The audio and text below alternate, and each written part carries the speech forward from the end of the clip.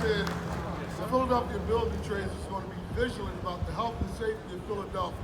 We will not let unscrupulous, unlicensed contractors come here and affect the health and safety of everybody that's in this building that walk out to the businesses around, home and everything. Today, you have people walking out of this building that are maybe possibly contaminated with things that can cause cancer, going to local business, going home to hug their babies because an unscrupulous contractor want to save a little bit of money. That is inhuman, inhumane, and we will not stand for it. And this is just the beginning of what we're going to do.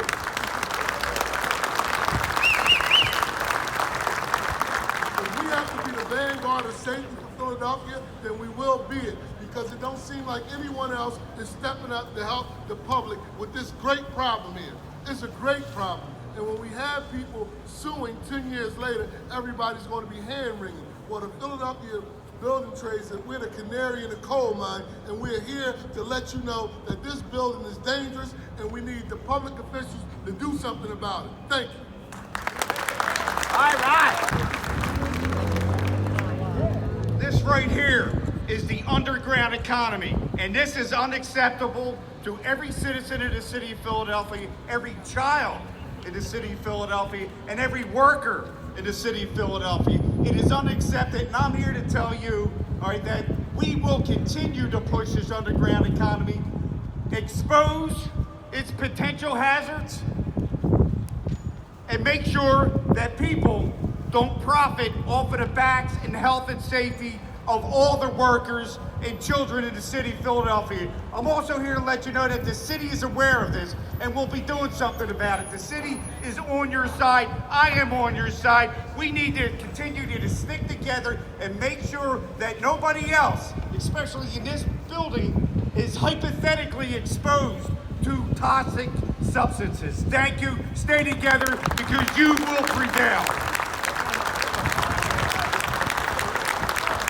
Thank you very much, Councilman Heaney. Please welcome to the podium George Pegram, Plumbers Union Local 690.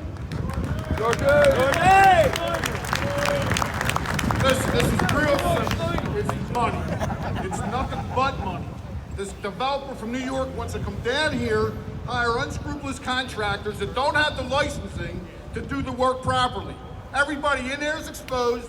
Everybody that's been on this picket line has probably been exposed. And it's time L&I steps up and does their job. Because we can't do it for them. We just want a fair shake. We just want someone that's going to have our back when our back's up against the wall. So let's get L&I down here and do their job so we can do ours. Thank you.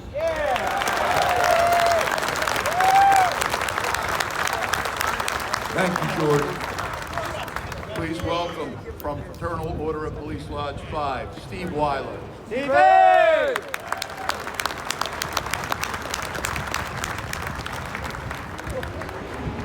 Gotta bring this down a little bit.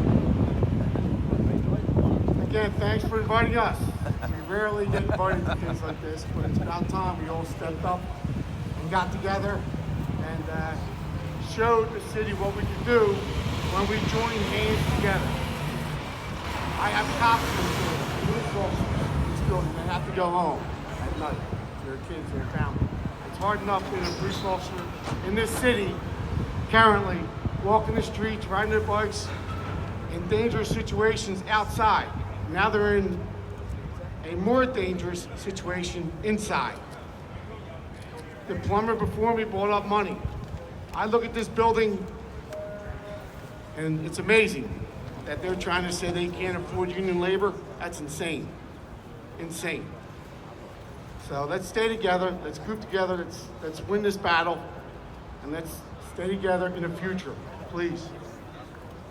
Good job, Stevie! There's more than one, one's too many, but there's a lot of cops in there, a lot of police officers, the whole Center City District.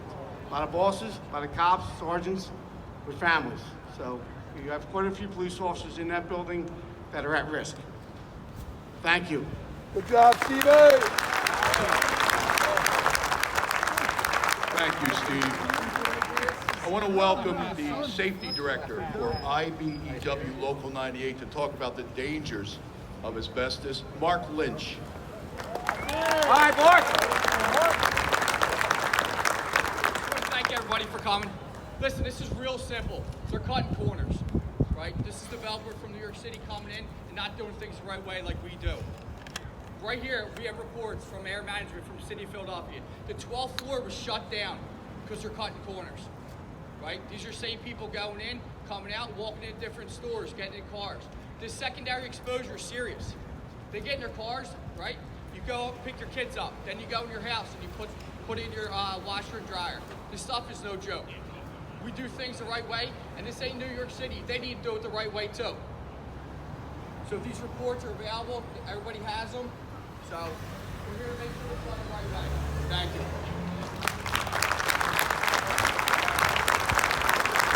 Thank you, Mark.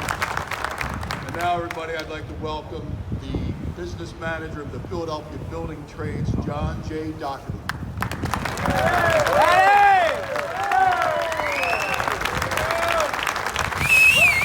Thank you. Last week we had a rally in front of City Hall about a refinery. You see me screaming on the corner. I was still screaming today because we're in front of the bankruptcy court, and you got people who shut down a refinery, okay, for no reason. They're saying they can't operate. They could have operated it at 85, 90%, but there's $1 billion worth of floor. So like Georgie said, it always gets down to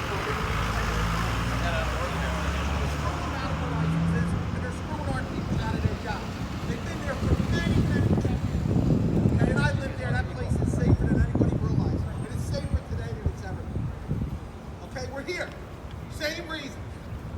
Okay, the guy that owns this building is from New York City. He's used every single reason, okay, to say we're bad guys, he calls the cops. He doesn't understand that he's affecting more police officer families than he is calling on us. Okay, just so you know, he's a lawyer out of New York City who was disbarred. He was disbarred. He got thrown out as a lawyer. Now he's a real estate developer, and he hasn't stopped. He doesn't have any family around here. Okay, we do. He doesn't care about the people that come to Philadelphia to visit us and take advantage, okay, of our history. He doesn't care about the people that leave here and go to Wawa. Okay, Bart got up. I got paperwork here that even after they were cited, the people that he brought in were unlicensed, unqualified, not from the region, probably not paying anybody anything but cash. That's a crime. Our friends across the street in the U.S. Attorney's Office, they ought to pay a little bit of attention to these guys. If they spend 1 centimeter of what they spend on us, they lock this guy up and throw him away forever.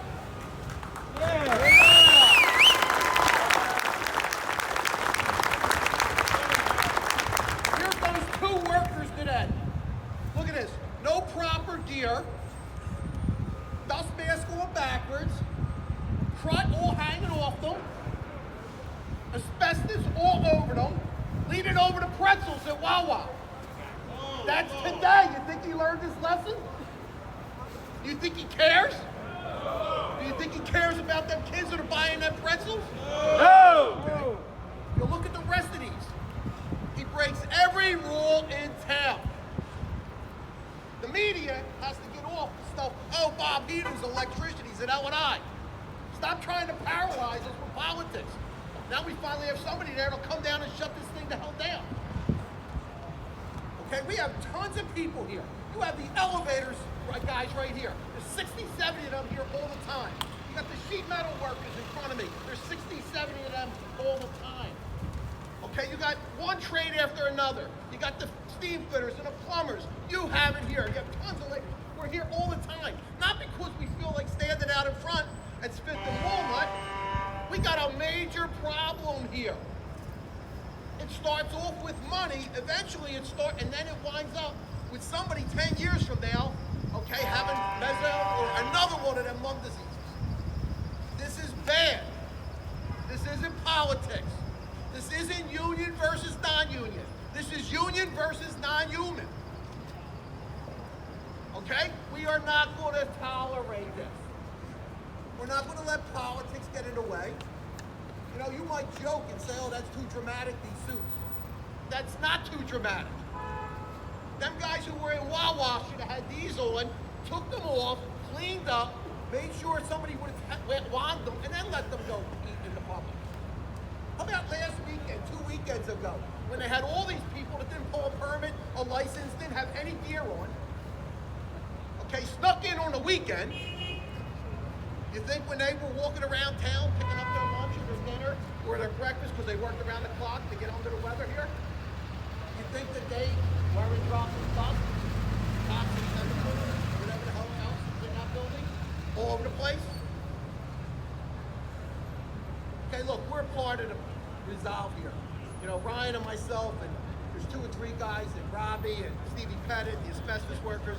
We've been working hour after hour trying to fix these schools. At least we have partners there that want to fix these kids' problem. It's a problem there. We're going to handle that. We're going to help them. We're going to do whatever we have to do to partner with the city. Because them 2 guys I mentioned, okay, Pettit and Boyer, know what they're talking about in that industry. Okay, so here, we're all over the place helping people. And then we have a guy right here who's been disbarred. He's from New York. He acts like he's from New York. And the guys who deal with them people every day know. He walks into town, he plays religion, he plays race, he plays anti-union stuff against us. And then he expects us to say, oh, okay, I'm going to call the cops on you. But what he forgot this day, he's infected many police officer families as well as our workers too. Okay, and anybody who has a wife, a daughter, who has worked in there, okay, you should call a lawyer. You should call an asbestos lawyer. You should file a claim. You should get them checked out. And they should send this guy the bill. And I'll make sure that the public has all his information. I'll tell you where he lives, what business name he goes under, and I'll make sure that everybody understands, okay, that this clown can't come in from Brooklyn and talk to us and treat our families, and treat our neighbors, and treat our kids, and treat our visitors like they don't matter. Okay, so I want to thank everybody for coming out last week. I want to thank everybody for coming